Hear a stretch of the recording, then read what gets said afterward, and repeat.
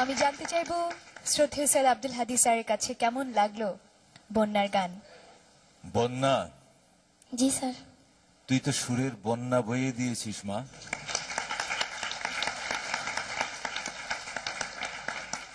আমাদেরকে তো তুই মুগ্ধ করে দিলি আজকে। Thank you sir. দুইটি কারণে গেয়েছিস, তো অসাধারণ গেয়েছিস।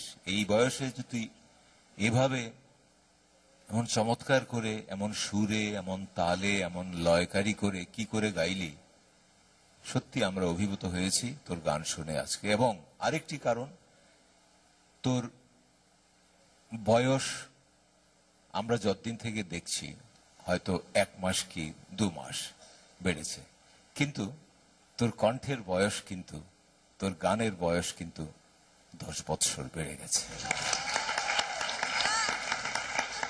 Thank you sir. শ্রদ্ধেয় সাবিনা ইয়াসমিন। বসই গো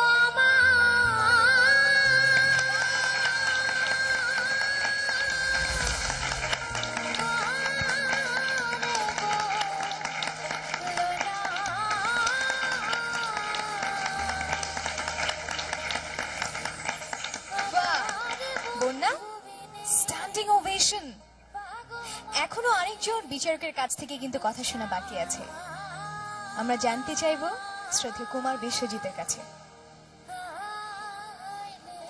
বন্যা, গানের প্রথম লাইনটা কি রে? বন্ধুরে কই পাবো সখী গো, বন্ধুরে কই পাবো সখী গো। ওই পাবো সখী। বন্ধু পাওয়ার সময় তোর অনেক অনেক দেরি। চিন্তা করে এত SMS কি করবি, সেটা অতি জরুরি। আর এই মঞ্চে করে যায় একে একে সেঞ্চুরি, সাথে আমাদের দর্শকের মন চুরি।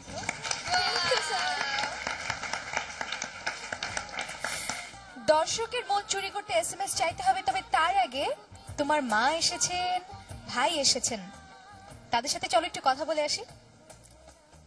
ওর বাবা ছিলেন আমার শিক্ষক, ওনার কাছ থেকে আমি গান শিখতাম। ওরা 5 বোন, ওদের কোনো ভাই নাই। সেই হিসাবে সে আমাকে ধর্মের ভাই বলেই জানে। বন্যা এমন একটি ফ্যামিলির মেয়ে, পরিবারের মেয়ে, যেখানে ওরা 5 বোনের সংসার, কোনো ভাই নাই। ওর বাবাও আজ 1 বছর বেঁচে নাই। বন্যা গান করেই আজ থেকে 10 বছর আগ থেকে ওর ফ্যামিলিটা চালায়। যে বয়সে বন্যার হাতে কাগজ কলম এবং খেলাধুলার সামগ্রী থাকার কথা, সেই বয়স থেকে বন্যা হারমোনিয়াম নিয়ে গ্রামে গ্রামে গিয়ে জলসায়, পূজা মণ্ডপে গান গেয়ে তার ফ্যামিলি চালায়।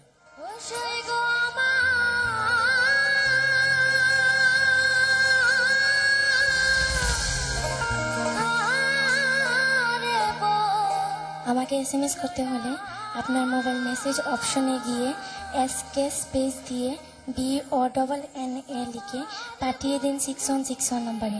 যে কোনো মোবাইল থেকে যত খুশি তত।